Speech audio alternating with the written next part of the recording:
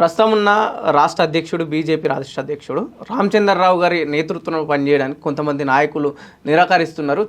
కొంతమంది అలిగిన్లు, కొంతమంది డైరెక్ట్గా స్టేట్మెంట్స్ ఇచ్చారు. సో ఎట్లా చూడొచ్చు? నేను స్టేట్మెంట్లు ఇచ్చింది అయితే నేను ఎక్కడ చూడలేను. రాజాసింగ్ స్టేట్మెంట్ ఇవ్వలేడా? డమ్మీ రామచంద్రరావు లేకపోతే బీజేపీలో కుజ్జనా కొడుకులు ఉన్నారు. సో ఇట్లాంటి బలమైన స్టేట్మెంట్స్ ఇచ్చి తను రాజీనామా సమర్పించింది బీజేపీ పార్టీకి. దానికి రామచంద్ర అన్ననే సమాధానం కూడా చెప్పడం జరిగింది. అది మీకు కూడా తెలిసిందే.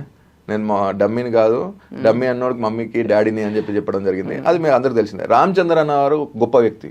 ఆ రోజు ఏబీవీపీల నుంచి స్టార్ట్ చేస్తే చాలా విషయం ఏంటంటే ఏబీవీపీ నుంచి వచ్చిన వ్యక్తి జనసంఘ్ నుంచి ఉన్నప్పటి నుంచి ఏబీవీపీ నుంచి పనిచేసుకుంటా వచ్చి ఈ రోజు వరకు అన్న మేము బీజేవై మూలం నేను చెప్తున్నా కదా, 73 ప్రోగ్రాంలు అయితే మాకన్నా ముందు మేము ఇప్పుడు ఏమైనా మేము పోలీస్ స్టేషన్కి తీసుకొని పోతే హ్యాపీగా ఆడుకోయేసరికి మా రామచంద్ర అన్న ఉండేది ఫస్ట్ మాకన్నా ముందు.